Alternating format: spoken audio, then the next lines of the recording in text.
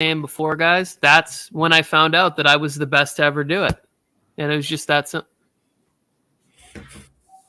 Shit. Welcome into the Warzone Sports Network. Sorry about the private conversation there. We're going to be doing a fantasy football mock draft, our first one.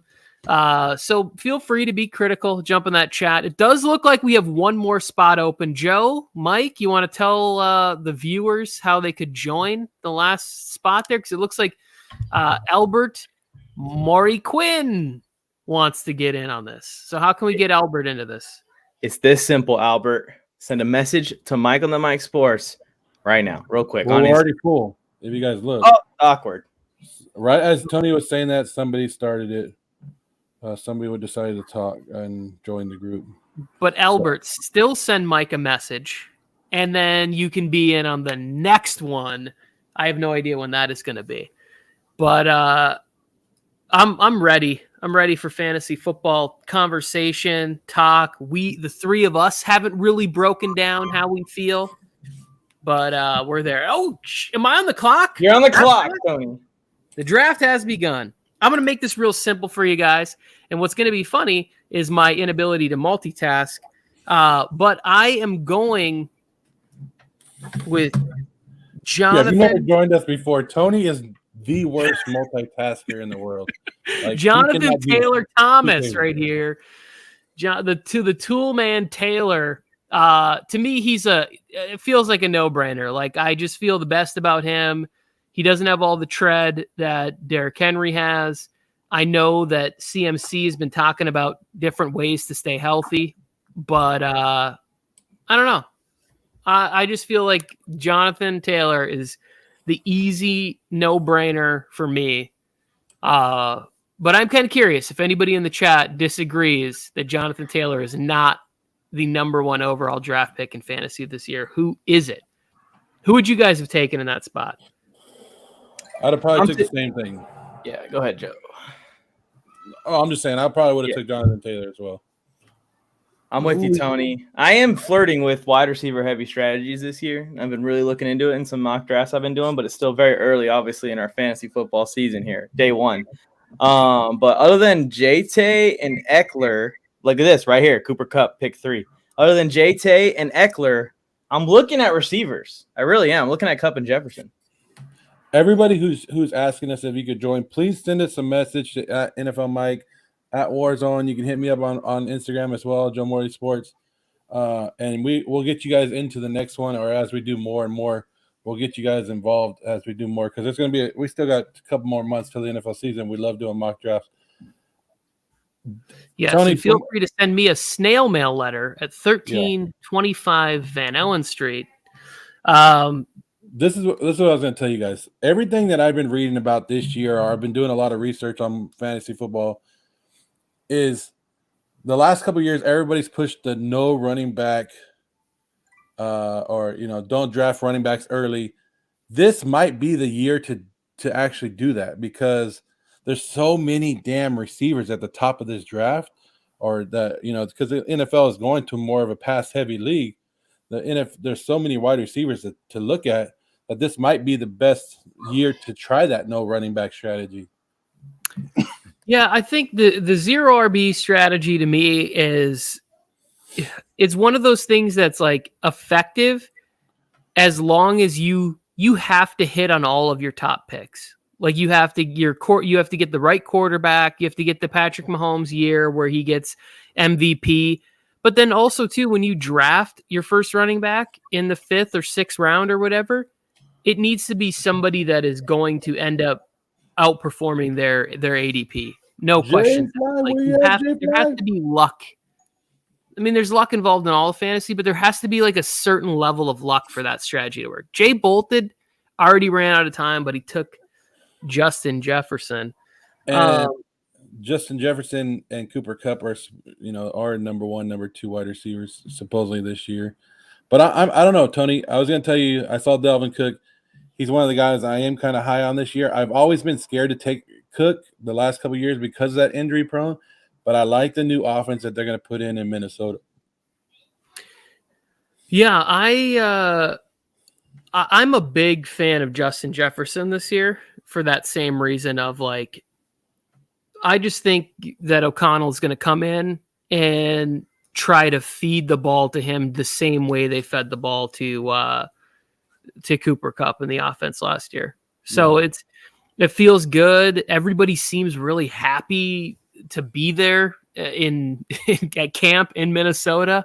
Don't care about the mosquitoes. They're just ready to put work in. New coach, new environment. It feels a little more loose than with Zimmer. It kind of felt like not stale, but just, a little bit of like old shop teacher was like, hey, we're going to talk about whittling boats today. It's like, no, we want to listen to, the newest album, the new Cardi B track, and talk about offensive football. And he's like, got me on there. All right. Gotta love a Tay poll right before a Joe pick at the end of the first round. Crazy. Yep. Jefferson, Kupp, and Chase going before, I'm assuming some of these running backs who he's talking about. It is kind of crazy, but like we were talking about, the volume is going to be there for these receivers next year to where they sincerely could outscore running backs. Kupp outscored every running back by a very wide margin last year. Yeah. See, and it's weird. The running backs are still going, right? The running backs, like we were talking about how heavy the wide receiver position is, but it's not like it's changing this first round from anywhere from last year. We're still seeing a lot of top running backs go.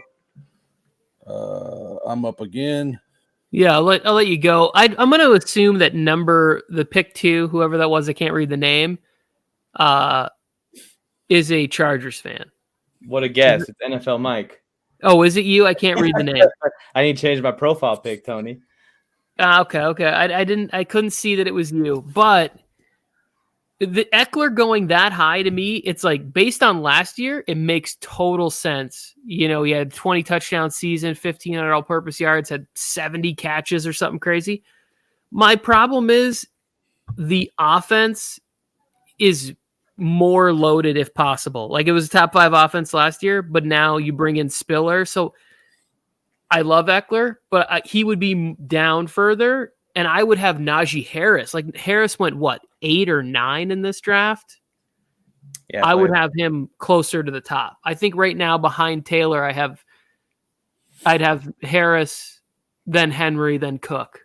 That would sort of be my order. I like that Swift pick though, Joe. I think it's good. And I was going to talk about that. DeAndre Swift has the option. He has the one of the best chances to be the number 1 running back this year. Like we all know what Derrick Henry can do. He got hurt last year, but Swift and that Detroit offense has improved this year. And who hates me? Who hates me? Jay get just took Justin Herbert. But I'm just saying, like, DeAndre Swift can get that. He'll get the carries. Dan Campbell will give him the ball. He just has to stay healthy himself. But I could see DeAndre Swift being a top 3 running back in fantasy this year. I can see it too, Joe. And the thing about Swift is, and there's like a trend that goes on in the NFL, a guy that's going to finish number 1 at running back is going to be a guy that doesn't have like the worst receiving core, but definitely doesn't have the best receiving core. Like they got to lean on the run. Damn, that's a snipe. I was going to take Andrew. Thank you, football therapist. Quarterbacks in the second round. What are we doing? What are we doing? 3 quarterbacks in the second round. Nobody ever listens about waiting on quarterbacks, especially this year. You could wait on quarterbacks.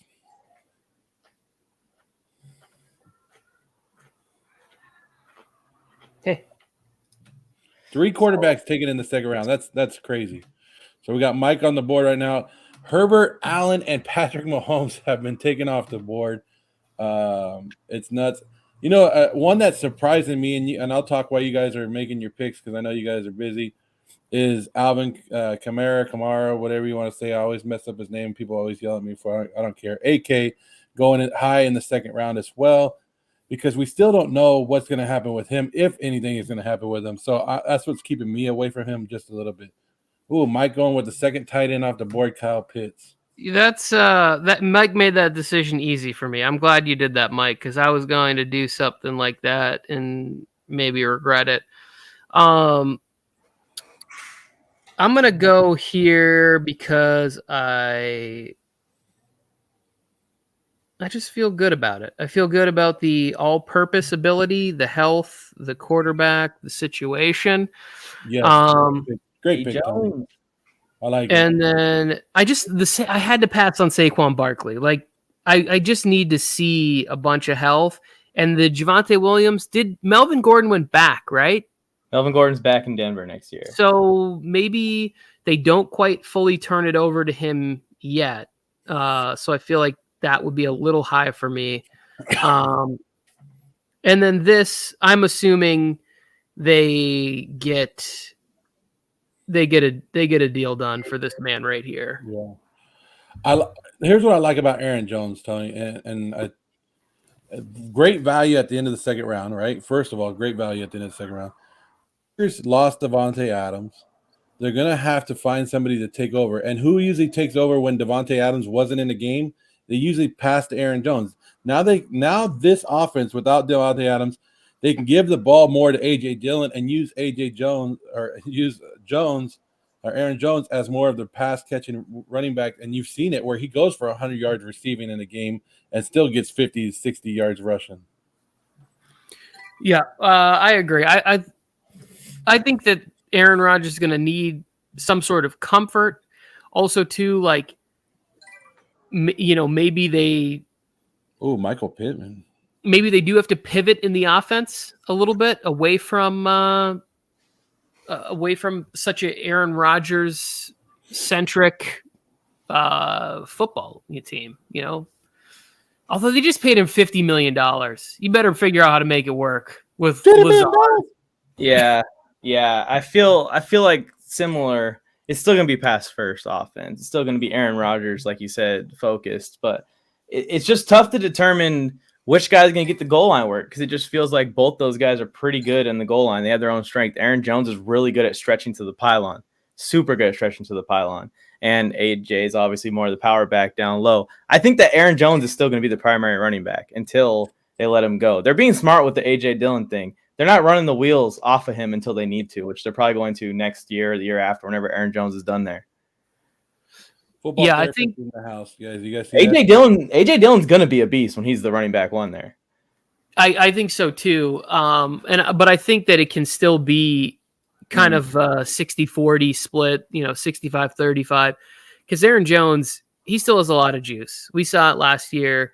And he seems to be a smart football player. And when people talk about versatile running backs, he never gets talked about enough. But he can catch the ball on wheel routes, like he does those little option routes over the middle whenever they need to run the 2-minute drill so well, picks up the blitz well. Like he can be on the field all 3 downs, runs between the tackles. And something I was going to get in there earlier when we were talking about the no RB strategy or the no wide receiver strategy, going heavy RB, which is what people usually do, is to do both those strategies. Also, you got to keep in mind, you can just be finesseful on the trade market if you're loaded at one position. There's nothing wrong with that. Like, say, Tony, you come around, you get another nice running back on your back-to-back picks next. You have 3. Like, A. Jones is doing really good in week 4. Now you can trade him for Tay or somebody. You know what I mean? Yep. Yeah, definitely that is sort of the plan that I always go with, right? Mm-hmm. Whereas, like, can you stack assets in either wide receiver or running back that are going to give you a chance to be trading, right? Like just getting the best players, the people that I think are going to have great seasons. Joseph Morley taking Travis Etienne right there. Perfect that hurts me. You see Albert's question here. I drafted him. I looked up and said, "How do you feel about Etienne this season?" Yeah. I feel really well about him. I feel very, very good about him, and everything that you've been reading about him and the new offense with Doug Peterson over there. I think they're going to feature him a lot more. They're going to use him as the guy out of the backfield. When I look for a running back, I look for a guy who's catching out of the backfield as well, because that's extra points, especially in PPR right there. Free points. So I'll take those all day. So if you look, I took DeAndre Swift. I have Cam Akers and Etienne. Those are the 3 running backs they have. What can they all do? And when you guys are looking at your camp stuff for fantasy football, the biggest thing is look at what they're doing as far as the schemes go. There's a lot of talk that Travis Etienne's playing a lot of slot receiver, and they're planning on putting him at slot receiver a ton. He's going to be used kind of like a mini younger Deebo Samuel without all the tread on the tires. So if Doug Peterson, who's a creative offensive guy, I trust Doug Peterson's offense, what he's going to put out there for Jacksonville, is going to use Etienne the way that he wants to use him, the way reports are saying, this could be a league winner. That's how high I am on Etienne. I believe that in PPR leagues, he could be a league winner in round 4 or 5. You guys will remember the video I made last year going in. I said he was the next Alvin Kamara. I said, this is the guy you want to get. Remember, I was like, take him. I was like, he's going to finish inside the top 8 of fantasy running backs. Then he gets the Jones fracture or whatever in his foot.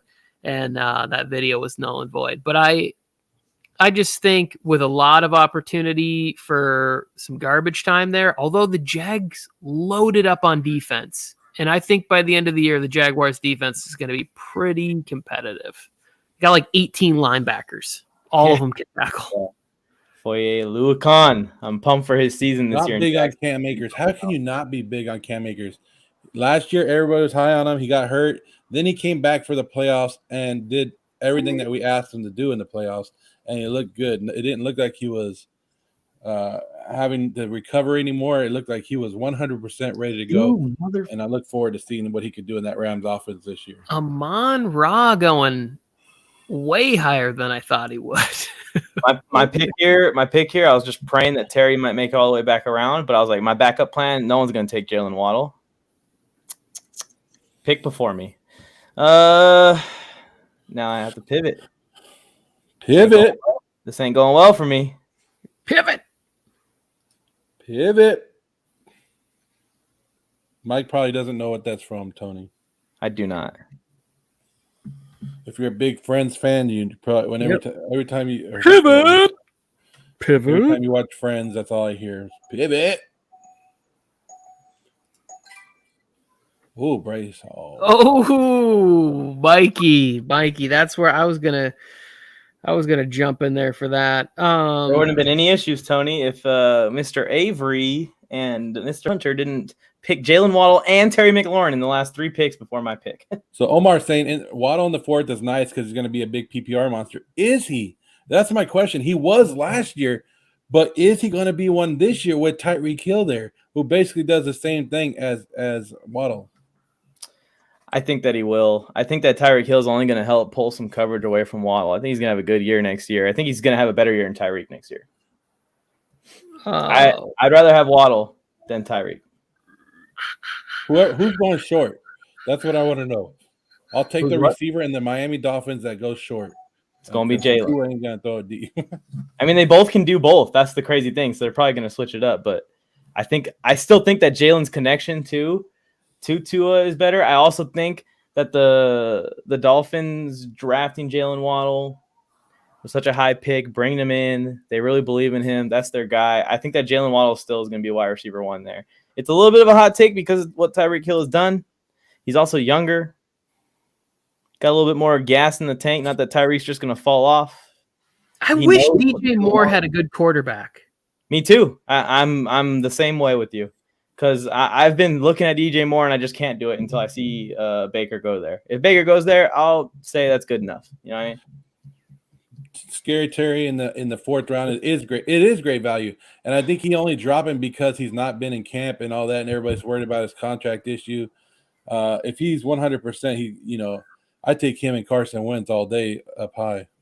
Yeah, he had a QB upgrade slightly, but the more of it is that he got a QB that they're still going to pass the ball first. They've drafted Jahan Dotson. They bring in Carson Wentz. They aren't going to come out here and pound the rock with Gibby. And a lot of people didn't see this too. They drafted a running back in the 3rd round. Like, what is going on with Gibby on the flip side as well? You draft a running back in the 3rd round after Antonio Gibson's been doing good the last couple of years? Who did they draft? I thought Brian Robinson Jr. from Alabama. Yeah. So no, I don't know who to pick, Joe. Who should I pick? I think that the Brian Robinson Jr., it kind of reminds me of the D'Angelo Williams and Jonathan Stewart setup that they had in Carolina for a while. Like, it's 2 backs. They both have abilities, size. Gibson's a little faster. Maybe he's used more in the passing game, but still running. And Brian Robinson Jr. is like 225. 6'2" or something. He can really be able to pound the football there. And they have McKissick. Yeah. You guys know I love Terry McLaurin too. I said he was a top 5 receiver last year, and Taylor Heineke let me down. Yeah. Terry's a beast, man. Terry's so good. He can do it all. That's the kind of receivers I look for in fantasy too. That's why I like these guys like Jalen Waddle, Terry McLaurin, because I really feel like they can do it all. They can stretch the field deep. They can work underneath. They work the middle of the field. They do the option routes at an elite level. I mean, these guys are both PPR, like was said in the comments, monsters, man. Yeah, Connor hasn't been drafted. Are you guys surprised? I'm not. I'm not surprised because I feel like last year was a little flashy. Like, can he replicate that? That? Can you touchdowns are the one thing that there's no way to really gauge how consistent that is, right? And so like if that's a fluke, 18 touchdowns, that's a ton of his value. Because is he going to stay healthy enough to carry the ball to have 250, 275 touches? So getting him here time for me to come out with it, Tony, and just say it. Hang on, let me say this last thing. Getting him here in the 5th round to me feels like a good strategy when Christian McCaffrey was your only other running back. Like when I look at Therapist's team, he's loaded at wide receiver, but running backs, that's a lot of injury history that he's carrying in that RB room. So yes, Joe, tell the people. You want me to tee you up, Joe? Go ahead. So Joe has a tremendous history of fading teams. He's faded the Ravens, and they faded at the end last year. He's faded the Saints, and they faded after the Winston injury. And now Joe has a new team that he's ready to fade. Joe, who is that team that you'll be fading in 2022? We're going to fade the Cardinals, Tony. Fade the Arizona Cardinals. Everybody about the Arizona Cardinals. Don't draft them. Stay away from the Arizona Cardinals. Ouch. Stay away from Murray. Stay away from Connor. Stay away from the wide receivers position. Stay away from their defense. Stay away from anything Arizona. Wait. What about Zach Ertz? Stay away. Damn. Well, I'll take him off my list. Didn't they just get another tight end to go along with Zach Ertz? That's going to take away some of his production. They drafted somebody. I forget who it was. It wasn't Otten, was it? No, here's what I'm saying is Murray is hit and miss. He's been the top guy, and then he goes back. The running game is very iffy. DeAndre Hopkins is out for multiple weeks. We don't know for 6 weeks, right? And then we don't know what the rest of the receiving corps can do because they were on and off. What's this guy saying? Ertz is the only guy I would take. Is what he's saying. And if things start to go badly, I mean, Murray's already crying about a contract, right? Things start to go badly. Isn't the hot seat already there for Cliff Kingsbury? Like, how big of a leash does he have this year? He just got a new contract this offseason. Him and the general manager, they just got reloaded. Contracts don't mean nothing to me, Tony. I get it, but I don't think they're going anywhere. I think if anything is they get this situation figured out, I'm ready for it, Mike. I can give you $40 million. He's in the house. Yeah, I'm with you, though. I think that if Arizona has a slow start, and without D-Hop, they very well could. They have a slow start. We could be at a point in the middle of the season where Kyler is like saying, trade me next offseason, guys. Let's get me out of here. I want to go actually play for the Dolphins now. So I would like to talk about a player that, and I didn't draft him where I drafted Hawkinson for a reason because I wanted to see where he would have gone. But I believe by the time that real draft season kicks in, Allen Robinson's going to be up there closer to the turn on the 5th because you know Robert Woods. You're bringing him in there. There's no OBJ yet as the number 2 option in that Rams offense. I really like Allen Robinson to have. We can't think about how bad last year was. He's about to play with his best quarterback, and every time Stafford gets with a receiver, they have their best year. The Golden Tates, the Nate Burlesons, Kupp, Megatron. I just think Allen Robinson is in for a nice year. And where you went, the middle of the 6th round? Yeah. I think by the time we start drafting, that's closer to the beginning of the 5th at the latest. I wanted to take Allen Robinson with my last pick, but I took Drake London there for some reason. I don't know why. But, yeah, therapist is just racking it up in the middle of this draft right here. He's like, oh, you guys going to let these guys follow me? Cool, thank you. I'll take them. So I got thrown off by not taking Allen Robinson because I had Cam Akers, and I was like, I don't want to take multiple Rams. I don't like taking multiple people in the same offense early in the draft. Yeah, this is I got a big decision to make. I have a question for you guys when you finish, Tony, and then I have to make a decision also. Why don't you ask that question? Let me practice my multitasking. Joe, Saquon's going in round 3 this year. What do you think? If I can get him at the end of the round 2, early round 3, I'm taking him too. I don't care where. Like where do you go in this draft? I got him at 3-2. Oh yeah, I would love that value. That's amazing.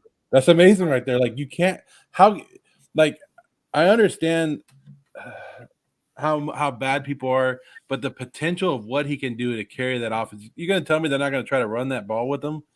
And last year, I think he forced his way back from injury too soon, and for no reason, absolutely no reason. But I think, and everything you've read about him this offseason, or if you guys read about him, he's saying that he's feeling like the old Barkley himself.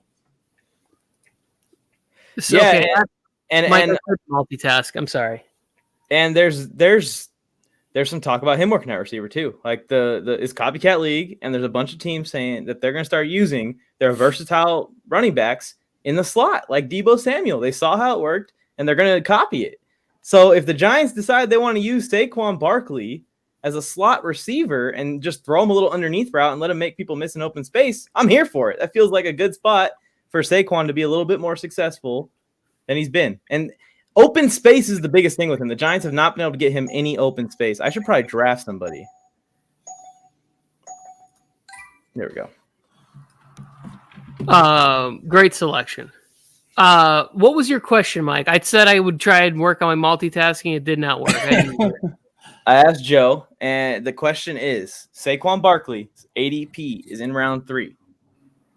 Round 3. What are your thoughts? I mean, do you take him at round 3? He was a top 12 pick last year where everyone was debating, should we take Saquon? One more chance. All the people that said, yes, we should, you were all wrong. Sorry, Flo Joe. But this year, round 3 seems like a little bit more appropriate place to take a risk like that. Yeah, I think it depends on what your first round pick was. Mm-hmm. But if you already have a running back and you can get him at the end of round 2, round 3, yeah. And I think a lot of these players that we're looking at right now, the hype is going to rise on some of these. I cannot imagine a few of these players that I'm seeing being drafted this low. Like when your draft comes around. Did you just see George Pickens drafted? I like it. Okay. Let's look at this actually, guys. In the last 1, 2, 3, 4, 5, 6. Okay, in a 6-pick stretch, we saw 4 rookie receivers go. Which rookie receivers do you guys like? I got mine. London, so I'm mixed. I like Garrett Wilson the most, and I ended up getting him. That's my favorite. Did I take the first rookie wide receiver? You did. You did, yeah. That says something, right? So Drake London, I think, has the best path to targets. Like he should get 135 targets this year in that offense. One, the team's not going to be very good, and he's their number 1 wide receiver. If you don't want to consider Kyle Pitts a wide receiver, although he plays a lot in the slot. So I think he's got the best route to 135 targets, a lot of red zone opportunities. Garrett Wilson, I don't know how that's going to work out because they seem to have a lot of wide receivers and a new running back and a defensive minded coach. So I'm a little kind of wait and see with that one, but I like Treylon Burks. I think you trade away AJ Brown, you know exactly what you want to do. You know, you want to do this we've already seen it. Is he going to be as good as AJ Brown? Probably not. But he's going to get the same opportunities. Yeah, I'll say this about the Tennessee situation. If Treylon Burks doesn't work out and or they lose Derrick Henry for any reason, they will not be getting the 1 seed somehow in some miracle this year. They're probably going to miss the playoffs. They need both those guys to ball out. So high importance players are guys you might want to target as well, especially in these rounds. All right, so I'm going to do something I normally don't do, and I've already taken two rookies right now, and I'm going to take a third one because I don't know when to take this guy, but I think this guy is hype. The guy that I'm going to take right now, I think by the time we start drafting and actual putting our teams together, this guy will be higher up than what are we in right now? The 8th round. Mm-hmm. Is James Cook. PPR. I think he's going to change that Buffalo offense up. There's actually perfect timing for this. Omar left a comment. I like Barkley under Dayball, but let's be honest, Buffalo's RBs are super inconsistent. I think Dayball's thing is he designed that offense for Josh Allen. Now he's coming here. He's not designing this thing around Danny Dimes. Saquon's still going to get Saquon work. The problem with Saquon has been, like I said, is his strength is in open space when he can make guys miss. He will always make the first tackler miss if the first tackler is not Aaron Donald or Fred Warner or the best tacklers in the league. The problem has been that the Giants O-line has been pitiful, and Daniel Jones has been pitiful at making reads and switching to the right run checks. And he has no space. He just gets hit at the line of scrimmage every single time. So that's what Dayball's creativity has to come in getting him into open space. But Buffalo, James Cook, he kind of fits a little better, right, for passing than the guys they've had that have not really put up numbers. Mike, you need some tires? Hello? I just bought new tires for my wife's car yesterday. We could have gone to Los Baños Tire Shop with Jose. Oh, Jose, this is a Raiders fan. Oh, man. He follows every TikTok live. He comes in, and he has some Raiders shit to say every time. Well, it looks like Omar's a Raiders fan, too, and he's talking about Justin Ross going to be the #1 rookie wide receiver. I don't know about that. Didn't they just draft Sky Moore in like the 2nd round too? Sky Moore. They drafted Sky Moore, signed MVS, signed Juju Smith-Schuster. All these guys have big investments.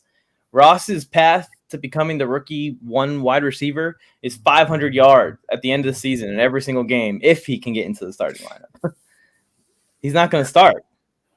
I think he's very talented. I don't know that I would have him up there on a team. If he was on a team that had no competition at wide receiver, then we could talk about it. What do you guys think of Christian Watson being the #1 rookie wide receiver? It's so hard for me to believe that because Aaron Rodgers doesn't trust anybody. He doesn't even trust his barber, for crying out loud. Like, get a haircut, bro. Come on. You're a quarterback for a professional team. Yeah, I'm good on that. Oh, man, I'm not happy with my team today, guys. Tony, who's your favorite late round quarterback around this time of the draft? I don't. It always varies for me. Like right now is like I'm.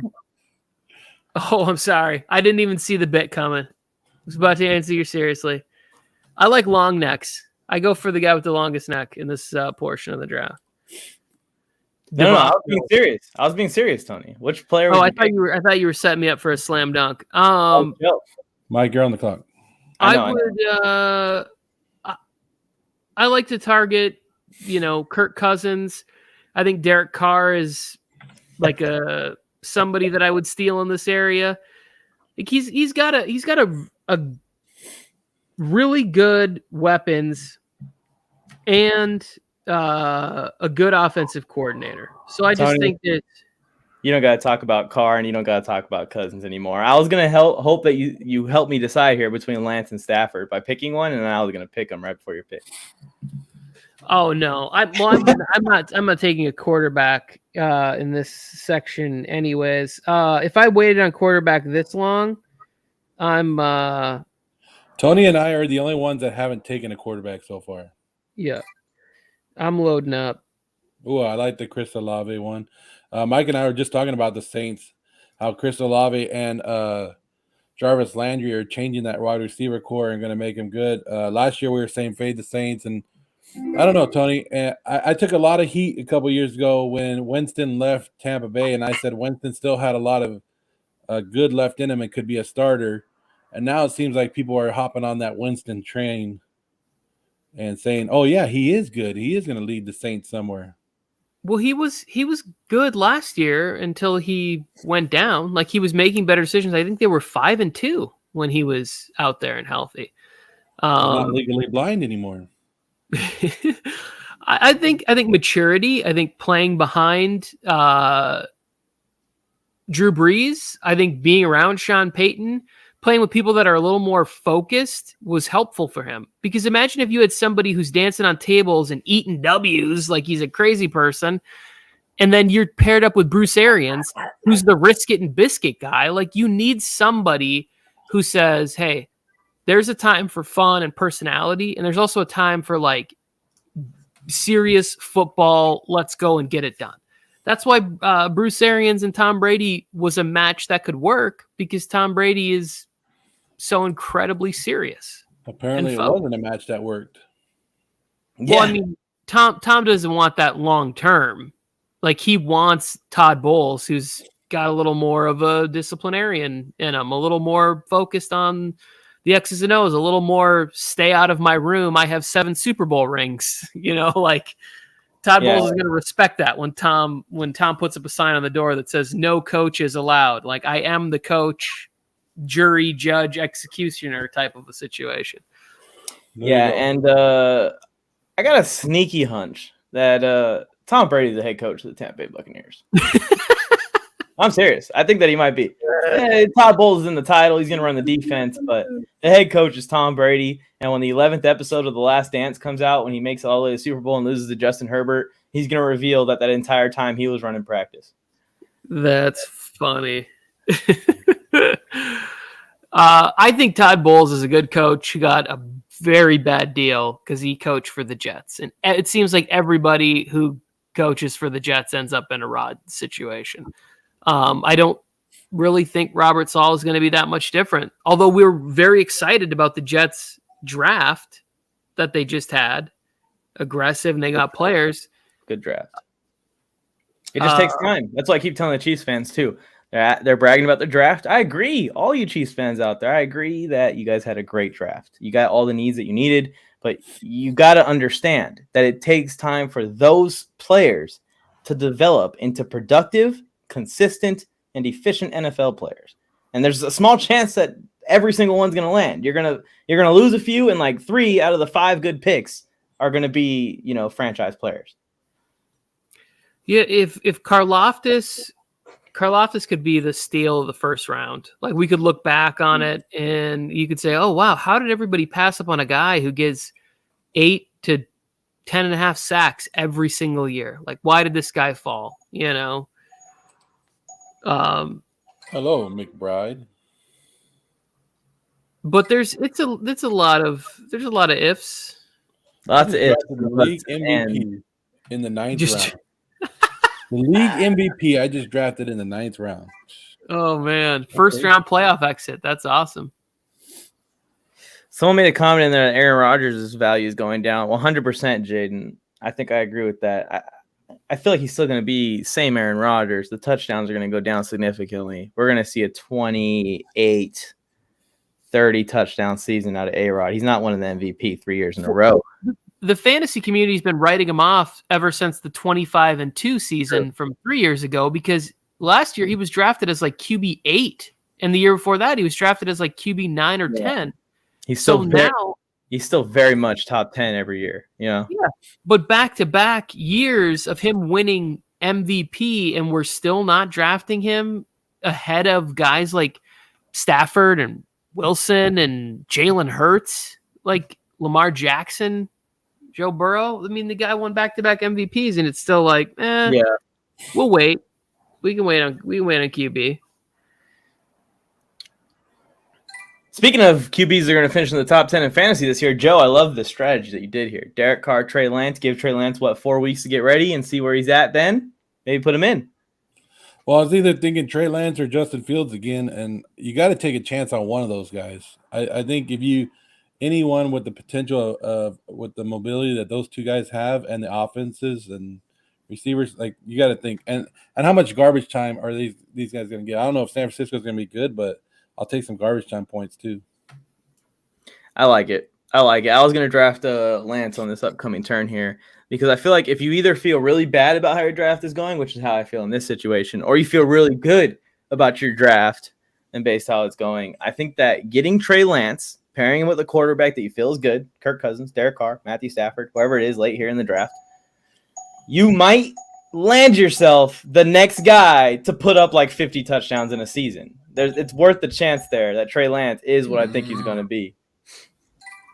And it's a 9th round pick. Like if it doesn't work out, it doesn't work out. Jaden went with Tua and Tom Brady, and he wants to see how Tua starts and then instead play him.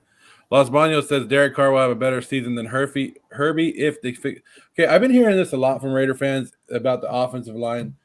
I've learned fans 2 years ago or 3 years ago, we had one of the number one offensive lines. We spent the most money on the offensive line. Where'd that get us? Absolutely nowhere. I don't believe talent of having the number one ranked offensive line. And I went through and I was looking at the number one ranked offensive line or top 10 offensive lines from last year. And most of them were losing teams. If you look at it, oh, great. You could run the ball, but your team's losing. It's not about the talent or the offensive line or the rankings. It's about the coaching and how they put people in position and how they get rid of the ball quick. You could have and you saw that with the Raiders offensive line last year when the Giants whooped the crap out of the Raiders. And then the new coaching staff took over when John Gruden left, and they changed it up and they went away from the weakness of the offensive line and started going with more play calling. You saw them get the ball out quicker. So I don't believe the hype on the offensive line. You can do a lot of stuff with some crappy offensive line. They just got to stand in the way for a second. Yeah, I agree he's going to put up numbers. Saying that he's going to have 40 touchdowns and 5,000 yards is a little ridiculous, though, in my opinion. And then a lot of people are talking crap about Derek Carr, too. Oh, he only had 23 touchdowns last year. That still put him at 13 in the league. So it's not like, that's you could say that's average, but with the wide receivers, and they're a run-happy offense. They were more of a run here. When we get to the red zone, here you go. I can see Derek Carr going over 30 touchdowns this year, though. This is Jose. 30 touchdowns is fine. Herbert's going to have 30 by week 13 or 14. Well, that's good. They should. They're a passing offense. Herbert's gonna. You guys are a passing offense next year for sure. They got to throw it with all those weapons. Well, I'm okay with saying Derek Carr is going to have a better statistic season this year, maybe even a career statistic season. But if we go and look at Carr's TD total in his current MVP career statistic season, he's down 10 to a second-year quarterback. It's not going to happen, guys. Herbert's going to be better forever for the rest of our life. Don't even entertain more MVP votes than Russell Wilson in his career. How about that? Well, talk to Broncos fans about that problem. We're already to the last round, gentlemen. How do you guys feel about your teams? It's all right. I feel great. Is there anyone else in the world that loves Marlon Mack this year, like me? Where'd he end up? Atlanta or? He's the RB1 in Houston next year with Houston. Davis Mills, Brandon Cooks, and who'd they draft? I just took Dameon Pierce because I believe he's the starter in Houston at some point this year. We text back and forth about how much I loved him in the pre-draft process. He almost made it in the 4th round of where the Chargers were. I'm not mad at all. I think Isaiah Spiller is amazing, and I'm excited about him. But I just think Dameon Pierce can carve out a nice career in the NFL. I think he's built from some solid stock. I don't know how great he'll be, but I think he can have a really good career. And they're going to need somebody to run the football. And I don't know that Marlon Mack is the guy. So they're saying Tony's waiting for his quarterback. Tony has yet to draft a quarterback. We're in the last round. Don't worry about what I be doing. No. But this goes to what I was talking about earlier when people wait for quarterbacks.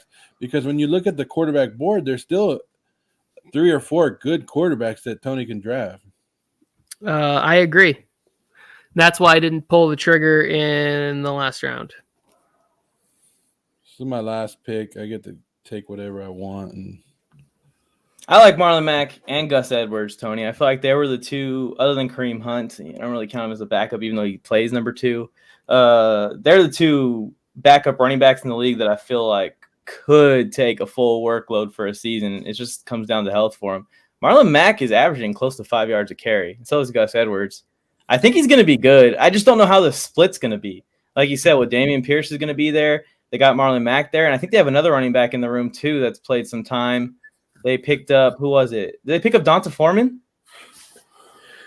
Didn't he re-sign in Houston? Wait, no, he left. They drafted Hassan Haskins. I don't know. I think he's in Houston. So I mean, there's definitely 3 running backs, and I don't know who the starter's going to be. Wait, maybe started in Baltimore. I think in the once preseason starts, we'll have a good idea of who's getting it.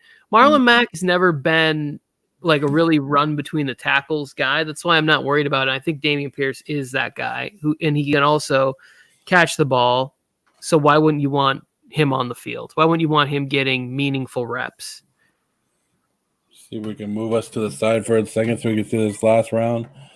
Baltimore's going to be running with of course, JK, Gus, and they signed Mike Davis. So they ain't playing games with their committee again. They're going to run that thing to the ground. And Lamar, of course, who plays running back as well. So the guy I thought Tony would take with the last pick was Winston, and he's already gone. So it's going to be interesting. I want to see I got a QB stack. So I'm coming. QB. You only get one, Tony. Stack. Huh? You only get one. I know, so that should tell you that the wide receiver is on my roster, and I'm taking the QB. Uh-oh. Trevor Lawrence. And I would also form into the Panthers. That's a good spot. Yeah, kind of in that Mike Davis situation, maybe. In that way, I'm with you about Josh Jacobs. I don't know if they'll completely get rid of him, but Josh Jacobs will not be the feature. They're going to go to running back by committee in Las Vegas. Zamir White, Zeus. I thought they Brandon Bolden. They have Drake still there. They have a bunch of people. And you got to ask yourself, are you really going to pay? Oh, I knew it. I said Trevor Lawrence. See. Mm-hmm. I thought the Raiders were Trevor Lawrence stack this year, people. Oh boy. But there we go. First mock draft in the books. What do you guys think? My team isn't good. My team is fantastic. I just real quick, and this is why, because I think Jaden Sanchez said I'm taking a risk waiting at QB. Every year, last year I was in a finals and I waited for Kirk Cousins, who had a good year. You know, like I made the playoffs in another league where I waited on QB and I drafted Trey Lance and then ended up having to play the waiver wire all season. Was able to stream Carson Wentz, who had good weeks. Like with QB, to me, you can either get somebody that you think has a chance to be the MVP in those first 4 or 5 rounds. And when Herbert, Allen, and Mahomes all went in the middle of the second round, I'm not taking another core. Like I'm just not going to risk it on one of these other players. I'll just wait. And maybe I get lucky. Doug Peterson Carson Wentz was on an MVP type trajectory in year 2 or whatever in that offense with the year he got injured and Foles took over. So we know that he's very quarterback friendly. It's going to be a ton of easy completions. And they have some good weapons down in Jacksonville. Marvin Jones. I think Christian Kirk is very underrated. I got him in the 11th round or something. I think Jacksonville is going to get fantasy points. Not going to win games, but I think there's a lot of fantasy points to be had in the offense. Yeah, and the offense can't get much worse than last year. Last year they were pretty pitiful. But yeah, getting ETN back is going to help Lawrence a lot, in my opinion. It's going to help add some versatility to that offense for the receivers to get some space and for Trevor Lawrence himself to get some space if he wants to take off and run. Lawrence is probably the guy when it comes to second-year quarterbacks that has the highest chance to make a huge, massive improvement into the top 12 fantasy quarterbacks. Yeah, I would agree. One, because he got a coach that is going to pair nicely with him and allow him to take that jump. Like, I don't know much about the offensive coordinator or situation with the Jets, right? Like, we don't know what's going on with the Bears. They seem to be like forfeiting the season, getting rid of, like, you look at the roster, it's like, who are these guys? Like, Yeah. I honestly am confused as to what the plan is for Justin Fields there. Mac Jones, I think, could have a nice year. Like, I could have went there. I could have went Wentz, Matt Ryan. And that's the option, is like, when you wait, you can take shots on a couple guys, and you can also drop these guys in week 2 and not really care. Take a quarterback who starts the year off hot. Yeah, it's got to be Lawrence or Lance. Lawrence or Lance. Lawrence or Lance. Lawrence or Lance. One of those two. The L's are going to get some dubs. Yeah, I agree. I mean, for the first draft, it went exactly how I thought it was going to be. People still stayed running back heavy, but there's look at how much blue is on this board. Like, if you're looking at this board, you can see how much belief people have in just wide receivers this year, and if it makes you want to wait, or the lack of, I don't know, because look at DK Metcalf went, 4th round? So you have Geno Smith or Drew Lock throwing to him, so he's down some. You have some of these bigger names falling, but it's I see a lot of blue and a lot of rookie wide receivers. I think how many rookie wide receivers did we have taken? I know I took 2 myself, because I like Dotson. I'm telling you that right now. Washington, and he's I one do of too. my high. 1, 2, 3, 4, 5. I have 2 on my roster. I would say probably the top, if I had to guess, the top 14 or 15 rookies were taken in this draft, right? Because I saw all the way down to Sky Moore and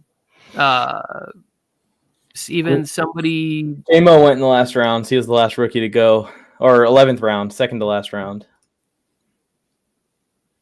Yeah, so I think there's a high number of. Y'all see Michael Thomas 6.5, Mike Williams 6.7. The receivers, man, there's so many available in that part of the draft. Mike Williams was somebody that I was really hoping would make it back to me at the end of the 6th. And there was a lot of players in this, and I will do this all the time, is that I will not draft them because I want to see where they go. I want to see where other people are taking those type of players. That's also why I kind of drafted at 1, so that I could see, like, Jonathan Taylor, I think, should be number 1, but then where does everybody else go after that? Yeah. I just realized that Jay Bolton was the one who drafted Mike. Look at Jay Bolton's team. He's got Herbert. He's got Allen. He's got Williams. He's got Isaiah Spiller. He's got Gerald Everett. He's got the team. Yeah, Gerald Everett was another guy where it was like, okay, where is he going to go at tight end? He's going to end up on a lot of my fantasy teams in the 7th, 8th, 9th round, like, depending on where I think I can get him, because tight end is not a position I typically take. Where I did, I think I took Hawkinson in the 5th round to start off the 5th round. I wouldn't traditionally do that, but I like my team to have 2 plug and play starters at running back, Taylor and Aaron Jones, wide receiver Deebo Samuels, and then I can just Hopkins. I'm going to miss the first 6 weeks, but I can then Christian Kirk again. Like I said, he's got paid a bunch of money, going to get starter reps there. Chris Olave, I think, is going to have great opportunities in that offense, and Treylon Burks, all good options that I have there, and then depth for flex positions where I have David Montgomery that I can Kareem play. Hunt in the 9th, Tony. What happened? Kareem Hunt in the 9th round. I thought that was pretty damn good. Kareem Hunt will not be in the 9th round of any of your fantasy drafts, people. We did the same thing last year. We started drafting in June and July, and then by draft day, Kareem Hunt was off the board by the early mid 5th round. Like, it's just, there's too much value in that running game. And the fact that Jacoby Brissett might be the quarterback, get out. Stefanski is going to put the ball in the belly. Freaking Jerome Ford, the rookie they drafted, might get 10 carries behind Dearness Johnson in that offense. Like, they might just run the ball 55 times a game. There's one guy that I took late in the draft that I think is not I took him in the 11th round. I think he's going to be top 7 rounds by when the dust settles and everything. That's Jarvis Landry. If you're watching anything and you read anything about the Saints and Jarvis Landry right now, you're probably going to start buying into the hype more and more. Yeah, I think that if Michael Thomas is healthy, he's going to be the one there. But the slot receiver and the number 2, if it's not Olave, I think it's going to be Jarvis. I think Jarvis is going to have a year if he can stay healthy. Looking at what he's doing in practice, I've seen now 5 videos on the internet of Jarvis running routes. He looks like Miami Jarvis. I mean, he looks good. He looks crisp, way more crisp than I've seen him in previous years. It's all been health with him. He's always been a great receiver that just can't stay healthy. And he's a tough player, so he plays through injuries. That doesn't help his fantasy, though. It helps his fantasy points. Yeah, the reason Olave sticks out to me is because he's the one receiver who does that thing the other two don't do, right? Possession receivers with Mike Thomas and Jarvis Landry. Olave's there to stretch the field. Winston's got a cannon. Like, he threw deep balls to Mike Evans, Godwin, whoever else was available when he had that 33 touchdown season. And Chris Olave is going to be on the turf. Just let him rip 4.3 speed. He's going to connect on those. It might not be super consistent, but he's going to have some big weeks. Joe, your team, you did this last year in the leagues we were in together, or that I saw of yours. You always don't. Why don't you? I feel like you don't value the. Okay, so you said you talked about wide receiver going in, but then you didn't draft it like you valued it. I just told you that I feel like there's a lot of depth, and I feel like I can get a lot out of everybody else. Okay, Adam Thielen. We understand how good Justin Jefferson is. We all know that Justin Jefferson is probably the best wide receiver on the Minnesota Vikings now. But who does Kirk Cousins always go to in the red zone when it's time to go? Thielen, right? So I agree. I agree with that. I was going to take, like I said, Allen Robinson over Drake London, but I wanted to see how the draft goes, and I didn't want to take another Ram at that time. So I took Drake London, who's going to get tons of target, no matter who the quarterback is there. And then I took the risk in Dotson, and I took the risk in Jarvis Landry. So I took a lot of risk, but I think I'm going to end up with a lot of reward if this was actually my team. And I don't know. I'm still old school fantasy wise, I guess, like in my drafting skills. And every time I've gone away from it, it's always burned me. So I've always been that guy that goes running back heavy, and because I don't know, that's the position that either gets hurt and you're missing somebody, or that's the position that makes or breaks fantasy leagues, in my opinion, is running back. So if I'm sitting there and I have a decision between a running back and a wide receiver, I'm more than likely going to go running back. But that's me. That's me personally. No, I like the Travis Kelce pick in the second round. That is, to me, that's going to be early on in the season. That's going to be Patrick Mahomes' security blanket. That is the trend. That is what he's going to use to get through the transition of no Tyreek Hill. Is going to be force feeding the ball to Travis Kelce. So I like getting that player there. I was going to ask you about the tight end position, because if you're looking at this draft, I took Kelce number 1, right? And last year, or the last couple of years, it's always been Kittle or Waller Kittle. Those are actually the 4th and 5th tight ends taken off the board. So it went Kelce, Andrews, Pitts, then Kittle and Waller in this draft. Do you guys like that? I like Waller better than some of those options, especially now that I know who your guys' coach is, and I know how he values the tight end position. I mean, I watched it before Gronk got there, and yeah, it's gonna be a successful move for him. And I guess I don't know how serious those trade rumors were. Like, were they really trying to get rid of him this offseason or not? Like, but either way, he's on the field. He's a big money. If they are, it's a money thing, I think, because they just re-signed Hunter Renfrow and they just picked up Carr's big deal and they're traded for Devontae Adams' big deal. I think that it's about money for them. What's Waller going to want? Can the Raiders throw it on him? It feels like the cap is invisible. I don't know how teams are managing that, though. So not everyone's living like that. But yeah, I'm skittish on Kelsey, man, especially with an early pick. It's not that I'm worried about what he's going to produce. This guy's one of the best tight ends to ever walk this planet. I'm worried about his volume going up the year that he turns 33 and is heading into 34. And his volume is probably going to increase by 33+%. I don't know, more than that, maybe even. I'm really worried about injuries. I really am. I don't know. I mean, he's been very durable in his career, but this guy's going to see 50. How many more targets is he going to see? Tyreek was getting like 175, close to 200.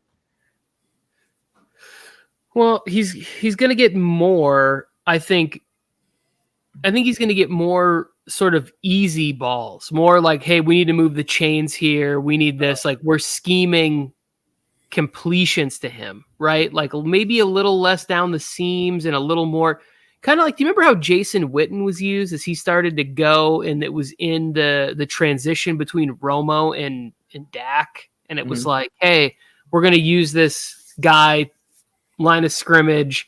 He's going to start on the end of the line. He'll break off into a slot. He'll get a little option depending on what the coverage gives him. He's going inside or outside. And if he can make somebody miss and pick up an extra, great. Yeah, the best tight end that I ever seen play, his wheels started to fall off at around that 34-35 time frame. And with Gates, they did something similar as they did with Witten. But then, the same breath, the second best tight end I've ever seen played into his old age until he just decided he wanted to retire. Tony Gonzalez was good until the last season. Yeah, but even with Gonzalez, you could still see like it was more coming off the field. It was less putting his hand in the dirt and blocking. It was like, hey, we're going to use you on third downs and definitely inside the 20 type of a situation. Yeah, it's a very interesting situation with them and Travis Kelce and what their wide receiver room is going to do. I do think that Juju takes a little bit of pressure too, because Juju can be that same guy that you're talking about, Tony, that can be the 3rd and 2 chain mover too. He's a gun underneath guy. Yeah. Mike, you want to talk about your team? Yeah, I'm not a big fan of my team. But the problem is I went Pitts maybe a little bit too early. Maybe I should have went receiver there instead. The problem is that I wanted Mark Andrews, and I'm really high on Mark Andrews. I think Mark Andrews is going to be tight end 1 this year. And I feel like beginning around 3, I'm willing to draft him because I really feel that the gap is going to be pretty large between him and Kelsey for 1 and 2. I think Andrews is going to score. I don't know. Andrews was tight end 2 last year, right? Behind Kelsey? I think so. Yeah. He was right there. With Hollywood Brown gone, volume's going to go up. And in this situation, it's with the younger tight end that I want the volume to go up to. So I wanted Andrews, and when he got taken, it kind of just irked me a little bit. And I was like, maybe I should just take Pitts then. I don't really feel as high on Pitts as I do Andrews. I'd rather have Waller a couple rounds later. I'd rather have one of these other tight ends like Mike Gesicki or Goddard or any of those guys a little bit later than Pitts. So I made a mistake there, which put me down a path of feeling like I needed to catch up with my running backs and receivers. So I think I'm going to stick to that in future drafts because that really made the whole thing go south right there. That I'm going to stick to. If I'm not getting Andrews early, I'm not drafting a tight end early. What's going on, Krusty? How are we doing? Here. You'll be happy to know that Mike took Deontay Johnson at 5.2, which is something I'm going to talk about in a second. I did, Mike, moving down to those receivers. I don't feel terrible about these receivers. I'm really banking on either Christian Watson or Alan Lazard to be Rodgers' new guy and to be a starting worthy receiver when I need him to be. But Brandon Cooks, Deontay Johnson, I feel good about those two being my wide receiver 1 and 2 when Eckler, Saquon, Breece are my 3 running backs that I got. But I don't feel so confident about my depth. I like a shot on Garrett Wilson. I like a shot on Christian Watson or a shot on Alan Lazard. I don't know about 3 shots on 3 players that all, I need one to come through for me, and they might all 3 fail on me. Okay. I don't hate this team at all, but you took a lot of players in transition, right? Like So you have Saquon Barkley with a new offensive coordinator. We don't know what it's going to look like. Deontay Johnson's getting a new quarterback, Trubisky or Pickett. Do I love that? I don't know. And then Garrett Wilson coming in, quarterback in a second system. He's a rookie there. And then Kyle Pitts transitioning from future Hall of Famer Matt Ryan to Marcus Mariota, hopefully. Most likely going to be Desmond Ridder by like week 5. Let's be honest. That's, to me, is like, that's why I can't. When you took him there, I was like, thank you for saving me from myself, because I would have took him at 3.1. So you're feeling the same temptation I'm feeling with Pitts. Yes. Yeah, because the talent is there. The problem is that if you can't tell me, if I can't see what the offense looks like, I can't imagine this offense being better than Matt Ryan, who is super smart, great quarterback. I can't imagine Marcus Mariota runs it better than Matt Ryan. I don't believe it. And we just know, like everyone that plays fantasy football, played last year and watches the NFL, we just know that it's coming with Pitts and that he is going to be a religious tight end one every year after year after year. When does it start? Is it going to start in year 2? Is it going to start in year 3, year 4? Who knows? It depends on the quarterback situation to me. I'm with you. That's why I feel like that was probably the mistake that made this team kind of go south a little bit. Can we agree, though, that officially Deontay Johnson after last year is the Steelers wide receiver 1? He's the most reliable of them as far as the targets. The hands, that's another story. We could talk about that another. I don't want to make Krusty upset. I want to say one last thing about the player that I believe you will not be able to get in the end of the 10th round, which is Alan Lazard. Yeah. This, to me, all of the sports, like the big fantasy, like pushers, podcasters, whatever you want to call them, they're going to be selling Alan Lazard really hard. Like they're going to be saying, hey, Devontae Adams has gone somewhere. Rodgers doesn't trust rookies. Alan Lazard is the most tenured, like that is because you bring in, I think, Sammy Watkins or whoever else they brought in there. Doesn't matter. Alan Lazard is the guy that carries over from last season, that we've seen success before. What would it look like if Alan Lazard got 135, 145 targets this year from Aaron Rodgers? He will be going in the 7th round at the latest in fantasy drafts come August. September. And I don't think Aaron Rodgers falls as far as he did in this draft. Yeah, not in most. I think, what he going, like the 9th round in this draft? I don't think he makes it to the 9th round. But Alan Lazard, I like that pick a lot. I don't think you would get him there. But I do like that pick a lot. I think I would start him over Garrett Wilson week 1. Yeah, I'm looking at Green Bay receivers, and I'm like, just one of these guys is going to be wide receiver 1 quality, and he's going to play a wide receiver 2 position. Just which one is it going to be? And I think Alan Lazard is probably the safest bet. Well, think about what he likes. He likes somebody who knows who can read a defense. So you have to be a veteran. It's not going to be Watson because he wants to throw back shoulder. He wants to say, "Oh, they're in off coverage. Why don't you just press them out to 8 yards, and then the ball is going to come on. You'll catch it, fall, 11-yard gain." That's just what he did for so long with Devontae Adams, with Jordy Nelson, with Greg Jennings. He's going to want the next guy who can come in and already has chemistry. I'm not saying Watson can't have good success. I just don't think it'll be worth drafting super high.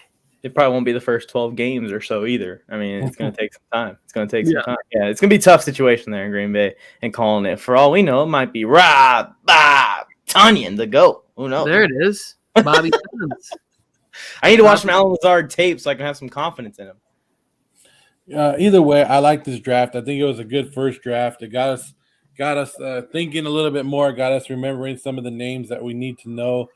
The next draft that I want to see, when we do the next draft, I kind of want to see the red, if you guys can see it, where the red is on the 2nd round and the red is down at the bottom. Kind of want to see that move together more towards the middle. So, like, not in the 2nd round, move those quarterbacks down to I could go with the 3rd, I guess, but I would like to see it more 4th through the 8th round of your quarterbacks. I don't like 2nd round quarterbacks. I think you're wasting your pick there. And if you're going to reach on Josh Allen or Justin Herbert, I'm the biggest Lamar Jackson fan you might find. It's not a Ravens fan, but don't do it on Lamar or Patty or Burrow.